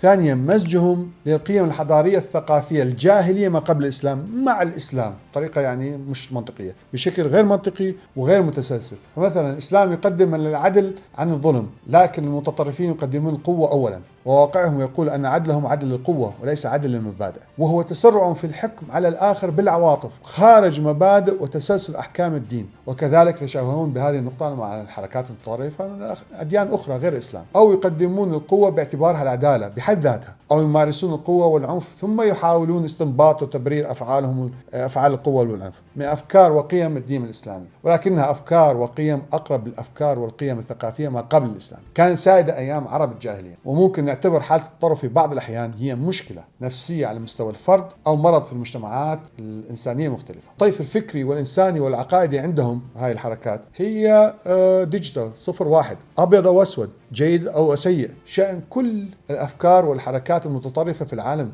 الدينية والعنصرية والشعبوية والطائفية، مع أن الحقيقة المطلقة الوحيدة في الحياة التي ليس لها طيف هي واحدة فقط، هي الله، والآخر نسبي متغير غير ثابت. ولذلك بالفكر اللا منطقي لا حضاري لا إنساني المتطرف من أي نوع، ديني غير ديني عنصري طائفي، هو عكس ومضاد لحركة التاريخ وقوانين الكون اللي خلقها الله، تاريخيا مرفوضة ومتعاكسة مع جميع القيم والحضارات والفكر الإنساني المنطقي الطبيعي لأغلب البشر. ولذلك كل هذه الحركات كانت عبارة عن فوران براكين وانتهت، ولم تمتلك الاستمرارية الحضارية، لكنها ترجع عندما تنحدر القيم الحضارية الإنسانية في المجتمع، ويثور هذا البركان الهائج ويرجع القتل والظلم والتخلف في هذه المجتمعات التي توفر الحاضنة للأفكار المتطرفة، مثل ما يحصل الآن في رجوع الفكر الشعبي والقومي المتطرف الطائفي العنصري المنغلق على الذات في كثير من دول العالم، وأهمها الغرب وأمريكا، باعتبارها دول تدعي أنها النخبة في القيم الإنسانية الحضارية، ولكنها في الحقيقة في حالة تراجع. والدليل موجود على الإنترنت. الإنسان مفكريها مثل نعوم تشومسكي والفيلسوف الفرنسي ميشيل أونفري تحدثوا عن انحدار الحضارة الغربية وانهيار القيم والمبادئ.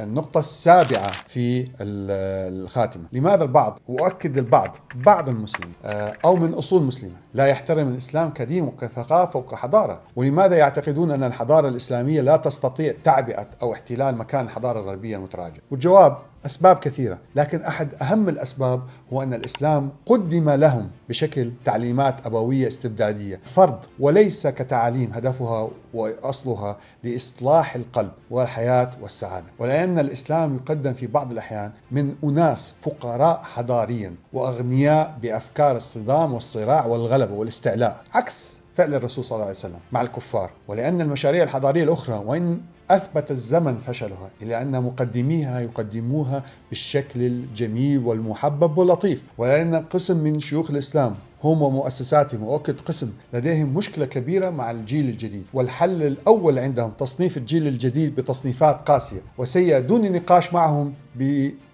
فقط بطريقة بطريقية أبوية شيخية، لدرجة أن النقاش الطبيعي معهم شبه مستحيل. وطبعا دليل على تخلف البعض هو تحريمهم من كل جديد بلا دراسة، مع أن الأصل في الإسلام هو الحلال لكل شيء إلا ما حرم الله، وهي حالة جزئية وقليلة جدا. مثال على ذلك اللي حصل سابقا تاريخيا، تحريم الراديو ثم التلفزيون وغيرها، ثم السماح بها في الجيل السابق، قس على ذلك طبعا في الجيل الحالي. وطبعا لما صار هناك ابتعاد قسم من المسلمين عن الإسلام بسبب هذا الأفق الضيق عند بعض الشيوخ والعلماء الدين والتشدد والانغلاق، حللوا هاي الأمور أو وضعوا قواعد لهذه الأمور الجديدة اللي يمكن تكون حلال أو حرام حسب الاستخدام والنية، لأن المتطرفين اللحظاريين فتحت لهم أبواب الإعلام في الدول المسلمة، وأيضا دعم غير مباشر من الغرب، لأنهم كنز ثمين للغرب ليظهر الحضارة والإسلامية والدين الإسلامي بأبشع صورة، ولأنهم يطفئون صوت العقل. النقطة الثامنة في الخاتمة،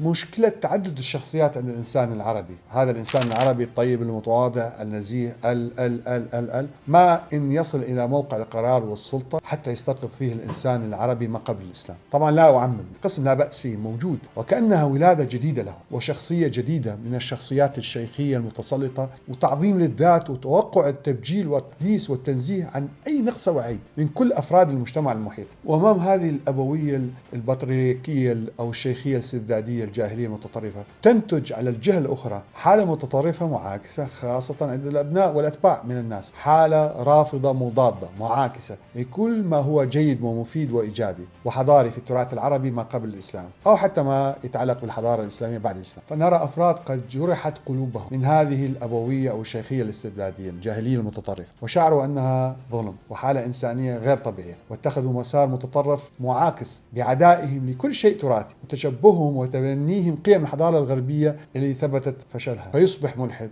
يصبح شاذ جنسيا أو فكريا، كلها ردة فعل من تطرف على الجهة الأخرى، تطرف بالاستبداد الاجتماعي وغيره من أنواع التسلط والإلغاء. ومن جهة أخرى يذهب تمردهم وانقلابهم الفكري والثقافي إلى الانقلاب العقائدي ضد القيم الحضارية الإسلامية، بل وحتى الإسلام ذاته في بعض الأحيان، يمجدون القيم الغربية نكاية بالقيم الإسلامية وانتصارا لكرامتهم المجروحة من التسلط والإقصاء وغياب الحوار. النقطة التاسعة، أحد أهم مصادر مشاكلنا في المنطقة وخاصة في المنطقة التي كانت تابعة للحضارة الإسلامية هي القيم والثقافة والأفكار اللحظرية اللي كانت موجودة قبل الإسلام. طبعا تكلمنا عليها بالنقاط السابقة، بس أنا أتكلم هنا على الجزء السلبي منها، يعني فيها جزء إيجابي، لكن أتكلم على الجزء السلبي اللي هي العشائرية القبلية المناطقية الطائفية الوطنية، توريث القوة والمكانة الاجتماعية بغض النظر عن القيم التي يحملها الشخص، تعظيم الأشخاص بناء على الدم وعلى النسل بغض النظر عن القيم الإيجابية والسلبية اللي يحملها هذا الشخص. هاي القيم الحضارية كانت موجودة قبل الإسلام، لما أتى الإسلام هاي القيم ضعفت بشكل كبير، لكن مع ضعف الإسلام هاي القيم اللحظرية عادت للظهور مرة أخرى. طبعا هذا الشيء ربما كان قمته يمكن قبل 150 سنة، ربما يحتاج دراسة الموضوع، تحديدا في فترة ما قبل انهيار الدولة العثمانية وقبل تشكل الدول العربية الحديثة. يعني بوقتها ظهرت حالة انفلات قبلي وصراعات متكررة بين القبائل، يمكن بهذاك الوقت كان الوضع أسوأ بكثير من الوضع الحالي. هناك تحسن في الوضع الحالي، طبعا ربما يكون سريع نسبيا أو بطيء، مثل ما حصل يعني في مثلا في بريطانيا بداية التحول الديمقراطي عند التوقيع على وثيقة الماغنا كارتا بال 1215 ميلادي، الميثاق العظيم لتقييد سلطات الحاكم والتأكيد على حقوق المواطنين، وأسست إنه لفكرة إنه الحاكم ليس فوق القانون، حتى أصبحت هناك ديمقراطية أو نظام شوري سميها ما تسميها.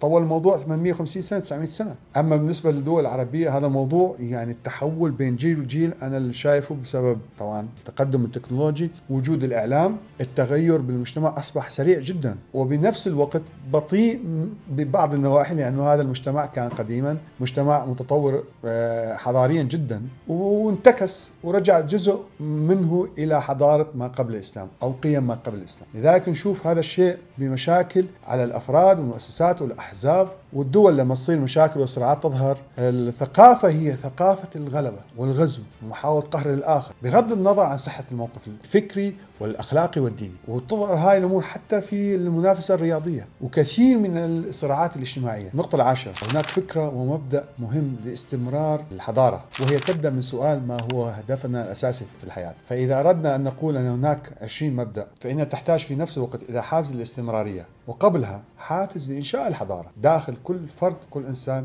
من الأفراد اللي راح ينتجوا هذه الحضارة. طبعا هي تبدأ من الفرد إلى المجتمع إلى تكوين المؤسسات المختلفة الحضارية من قضاء مستقل، مجالس تشريعية وتنفيذية مستقلة، وبالتالي تكون حالة تطورية تقدمية من نمو فكري واقتصادي وسياسي وصحي وبيئي نحو الأحسن. هاي الفكرة أو هذا السؤال عن الهدف من الحياة له جوابان: إما أن يكون الهدف من الحياة الرغبة في الإنجاز الذاتي للوصول إلى شيء ما ضمن فترة حياة الإنسان فقط، وحسب مدة عيش الإنسان، هل حيعيش سنة أو 100 سنة، لكن يبقى هذا الهدف هدف ذاتي للإنجاز، سواء كان هدف واحد أو أهداف متعددة محدد بفترة حياة الإنسان، وهي أهداف غير مستدامة بالنسبة للحضارة، لأنها تركز على حياة الفرد ذاته، وجزء كبير منها أهداف أنانية. وحتى وإن التزم صاحب هذه الأهداف بالقيم الحضارية، فإنه على الأغلب سينتكس ضد القيم والأفكار الحضارية في لحظة ما إذا تعارضت القيم الحضارية مع أهدافه الشخصية الأنانية الذاتية. وهذا هو حال الكثير من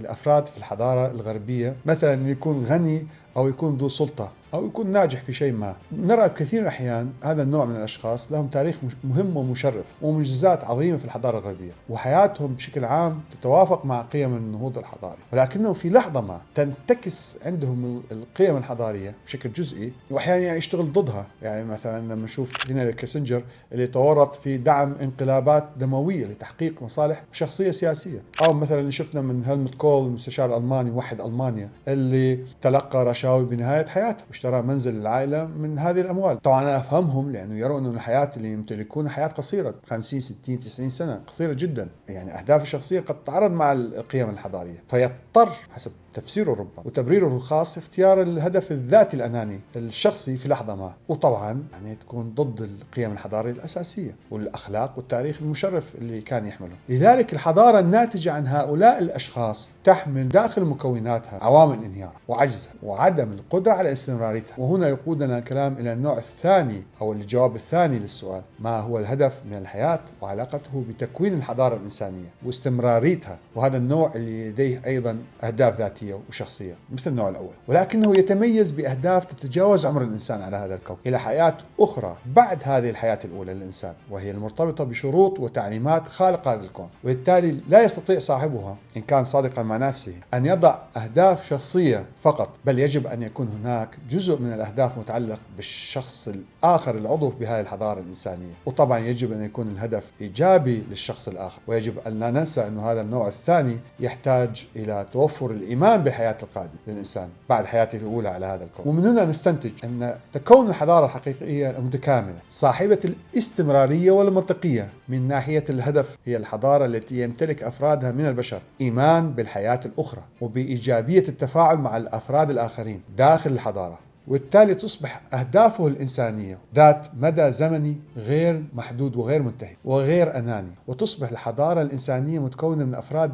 لا يعملون لأنفسهم فقط، بل أيضا الشخص لأخيه الإنسان. فأعتقد أني شرحت لكم الحضارة وأنواعها وكيف نقيمها في أنفسنا كأفراد وكمجتمع وكأمم وكدول لنحصل على أكبر قدر ممكن من فوائد النتاج الحضاري الإنساني. النقطة 11: ما هي المدنية ومبادئها وما علاقتها بالحضارة؟ لما نحكي حياة مدنية هذا يعني نمط حياتي مجتمعي مستقر يتميز بوجود نظام قانوني ديمقراطي إداري عادل، اقتصادي حر وثقافي يحفظ الحقوق ويوفر الخدمات ويضمن التعايش السلمي بين أفراد المجتمع. وأهم مبادئ الحياة المدنية: سيادة القانون، العدالة والمساواة أمام القانون، المواطنة الفعالة والديمقراطية، حرية الرأي والمعتقد والتعبير، احترام التنوع الديني والعرقي والثقافي، العمل المؤسساتي، فصل السلطات التشريعية والتنفيذية والقضائية، حماية حقوق والفردية والجماعية وحماية الأقليات، وبالتالي هناك علاقة بين الحياة المدنية والحضارة. فالحياة المدنية في أحد أوجهها هي التطبيق العملي لقيم الحضارة، وكل حضارة متقدمة عبر التاريخ قامت على أسس حياة مدنية مستقرة ومنظمة. وبمعنى آخر الحضارة هي المحتوى، والحياة المدنية هي الطريقة والنظام الذي يظهر هذا المحتوى في الواقع، لأنه لا يمكن لحضارة أن تقوم وتتطور وسط حالة من التنازع ومحو الآخر والصراع الطائفي العشائري القبلي المناطق. وبالتالي لازم نحكي على صفات بعض الناس اللي بيدعوا المدنية والحضارة، ولكن في تصرفاتهم اليومية حتى صغير من هذه التصرفات بيظهر أنهم في حالة انفصام حضاري. منهم اللي مستعد يزعج أو يؤذي بقيادة سيارات الآخرين، ومنهم اللي مستعد يتجاوز دور الآخرين في الانتظار بالسوبر ماركت أو أي مكان، ومنهم اللي مستعد يتوسط لمحسوبيات للحصول على امتيازات لوظيفة أو عمل، ومنهم اللي مستعد يدفع أموال ورواتب أقل لفئة معينة من المجتمع أو قومية أخرى أو عرق معين، ومنهم اللي بيدعي تفوق نوعي لعائلته وعشيرته وقوميته، ومنهم اللي بيعظم وبيمشي الأمور العائلية والعشائرية خاصة على حساب باقي فئات المجتمع. النقطة الثانية عشر، الإنسان خلال 350 ألف سنة اللي نحن عشناها على وجه الأرض ما كان عنده مشاكل مثل آخر 5000 سنة. كان الهم الأساسي الأكل والشرب ونجاة من الحيوانات المفترسة. الإشكال بدأ لما توفرت الوفرة. الإنسان آخر 5000 سنة صار عنده وفرة في الأكل وكل شيء ما كانت موجودة خلال هاي 350 ألف سنة. هذا الشيء طرح تحديات جديدة، وبدل ما يروح يدور على الأكل ويصطاد صار عند الإنسان الوقت طاقة إنه يحارب ويتصادم مع الإنسان الآخر. هذا الاحتكاك بين الإنسان والإنسان اللي كان اللي ما كان موجود قبل خلينا نقول 10,000 سنة. كانت مجموعات البشر منتشرة في الأرض بشكل متفرق وأعدادهم قليلة جدا، يعني كانت الأعداد المقدرة هي على كل الأرض بين 1,000,000 و10 مليون إنسان فقط. مش موجود صراع على الموارد، لكن بعد يعني إنه الإنسان صار عنده وفرة وبعد أعداد الإنسان زادت صار هناك صراع على الموارد، وصارت أيضا عندنا مشاكل معقدة جدا وأهمها الحروب، وصار لازم هناك يكون عندنا تنظيم للحياة البشرية. كان ضرورة جدا. من هنا خالق الكون رب العالمين نزل هذه القيم داخل الدين بين البشر بحيث تنتظم الأمور بشكل لا يؤدي لصراعات يقاتل فيها الإنسان أخوه الإنسان أو يتصادم معه أو يضطر إلى إلغاء وقتل الآخر. لذلك القيم الحضارية قيم تنظم الحياة البشرية، وغيابها يؤدي للفوضى والقتل والدمار. النقطة 13، البداول كانت موجودة عند العرب قبل الإسلام، ربما كانت خير للإسلام، لأنه من سوء حظ اليهودية والمسيحية أن الرومان والفرس كان عندهم منظومة قيم وأديان وثقافة قبل مجيء هذه الأديان وتفكير خاص بهم، ولذلك عندما نشأت المسيحية واليهودية بمناطقهم استطاعوا أن يؤثروا عليها بقوتهم ويغيروا شيء منها، وخاصة قضية التدوين كانت ضعيفة جدا من المجتمعات، فاستطاعوا من خلال أتباعهم غير المؤمنين أن يتابعوا بدايات اليهودية والمسيحية ويؤثروا على المنتسبين والمؤمنين الجدد لهذه الأديان. في حين العرب عاشوا في منطقة معزولة بالصحراء، ومن حسن حظ الإسلام أنهم استطاعوا بهذه البيئة تكوين النواة من عشرات الألوف من البشر المؤمنين اللي اشتغلوا على التوثيق المتواتر للقرآن بشكل متواصل اللي هو متصل لحد الآن. وهذا الانعزال بالصحراء وعدم وجود قوة عظمى مسيطرة عليهم كانت فرصة للإسلام أن يتكون يعني النواتج الصلبة بعيدا عن الظروف الخارجية اللي كان ممكن تنهي هذا الدين. طبعا لما انتشر الإسلام فيما بعد بالمناطق الفارسية والنفوذ الفارسي والنفوذ الروماني والثقافات المتنوعة بدأت المشاكل، لأن يعني التفكير والعقلية الفارسية والرومانية بدأت تحاول مرة أخرى إدخال مفاهيم خاصة بها بالإسلام بقوة وبضغط من المعتنقين الجدد للإسلام. ونحن لحد الآن نعاني من أثار تلك الفترة اللي حاولوا فيها إدخال الأفكار والفلسفات الفارسية واليونانية والرومانية وحتى الثقافات المحلية لبعض شعوب المنطقة، حاولوا يدخلوا أفكارهم بشكل مباشر بشكل غير مباشر، أحيانا بالضغط بالقوة يدخلوها بالإسلام. فكانت أحد الأسباب لنشأة بعض الفرق الإسلامية اللي هي نتيجة ثقافات مناطق ودول أخرى خارج الجزيرة العربية. فلذلك البداوة لم تكن شر مطلق، بل كان فيها إيجابيات وكانت بيئة آمنة